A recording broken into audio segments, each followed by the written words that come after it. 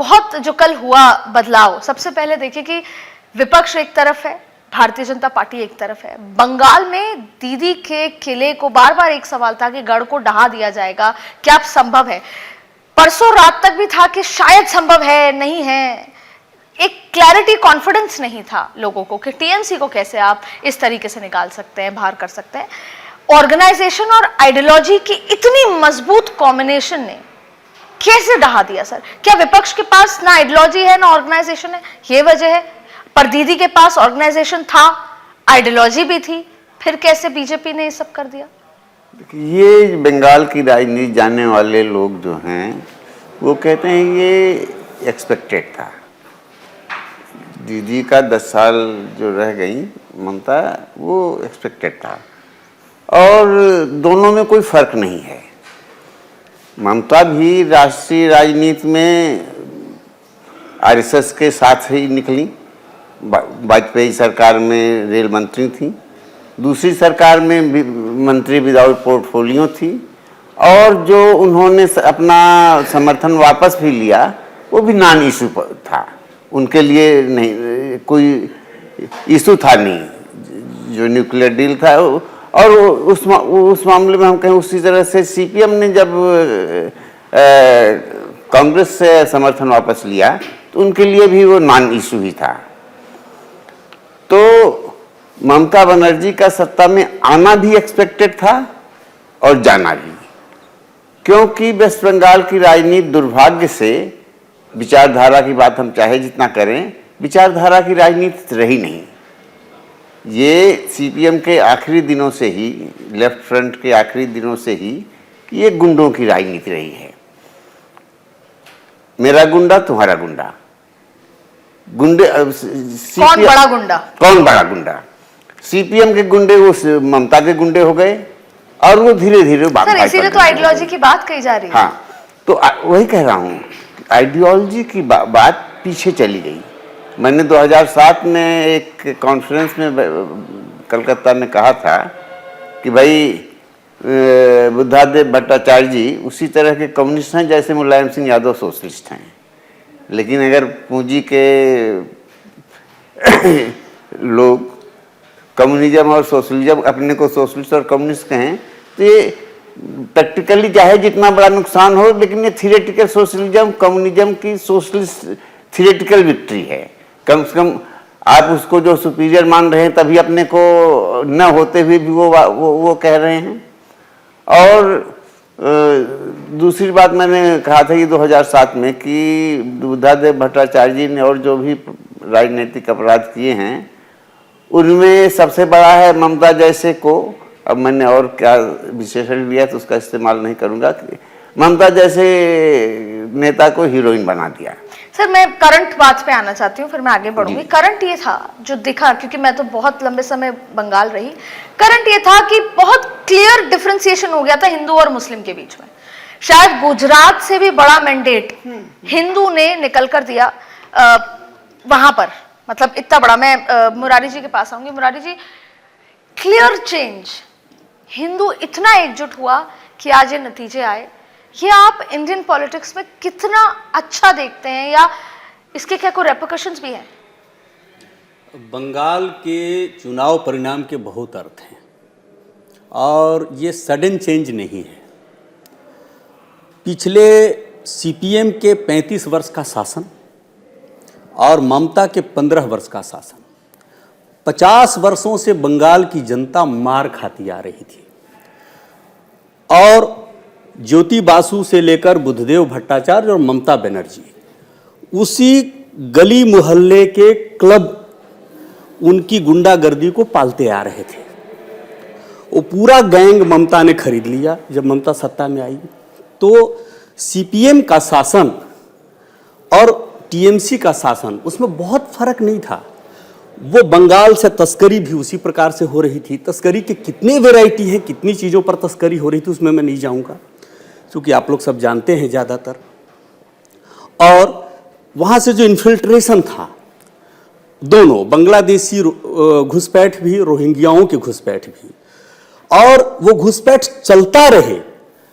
Fencing वहाँ TMC ने नहीं होने दी। जब जब फेंसिंग की कोशिश की गई, अब कई जगह गांवों की सीमाएं हैं, गांव की सीमा ये खत्म हो रही है और यहाँ लगा है पत्थर बॉर्डर का, उसके उस पार ठीक तुरंत भूमि सटी हुई है, बांग्लादेश है।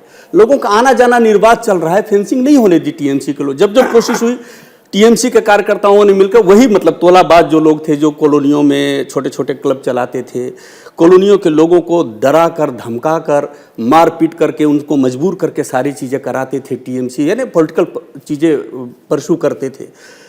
वो सब लोग इकट्ठा होकर के और वहाँ अपने पैरामिलिट्री फोर्सेस को, बाकी सबको मजबूर कर देते थे काम बंद करने के लिए, फेंसिंग बंद करने के लिए। तो ये तमाम जो चीज़ें चल रही थी, ऐसा नहीं कि ममता बनर्जी ने क्रिएट किया, ये सारा कुछ क्रिएट किया हुआ ज्योति बसु के समय का था। और मैं कहूँगा कि ज्योति बसु को ब्लेम करने से पहले मैं 5-6 नाम और बताना चाहता हूँ। चारू माजुमदार, कानू सान्याल, जंगल सांथाल, डॉक्टर बिनियन और विनोद मिश्रा, ये 5-6 ऐसे नाम हैं जिन्होंने बंगाल में, जिसको नक्सलबाड़ी गांव बोलते हैं, बीजेपी बम्पर जीत 1 लाख वोटों से जीती है सरवा जी, नक्सलबाड़ी जिसको बोलते हैं, उसके आधार पर हमारे देश के पॉलिटिकल थ्योरी और फिलॉसफी जानने वाले लोगों ने उसको नक्सलवाद कह के भारत की भूमि को बदनाम करने की कोशिश की। लेकिन ये थ्योरी वास्तव में माओवाद और मार्क्सवाद थी। माओवाद और मार्क्सवाद को इंडियन चोले में बदलकर नक्सलवाद के रूप में प्रस्तुत करने की कोशिश की गई और हमारे भारत की भूमि के नक्सलबाड़ी गांव को बदनाम करने की कोशिश की। तो वहां से जो ये मार्क्सवाद का मूवमेंट शुरू हुआ, इन लोगों ने जो छोटे छोटे क्लब कल्चर बनाए और कांग्रेस ने जो उसको सप्रेस करने की कोशिश की, सिद्धार्थ शंकर रे के मुख्यमंत्री रहते समय में। सर मैं बिल्कुल सही है, पर इसमें से सारी चीजें इवॉल्व होकर आई।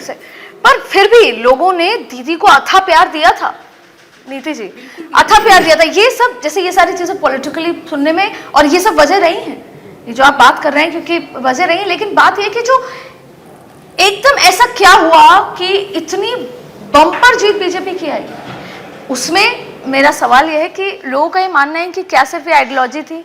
पहला ये कि मैंने कई जगह गई तो लोगों ने कहा कि हिंदू हैं इसलिए वोट करेंगे, बता नहीं रहे किसको करेंगे, बहुत साइलेंट वोटर था मेजर, लेकिन हिंदू हैं इसलिए वोट करेंगे।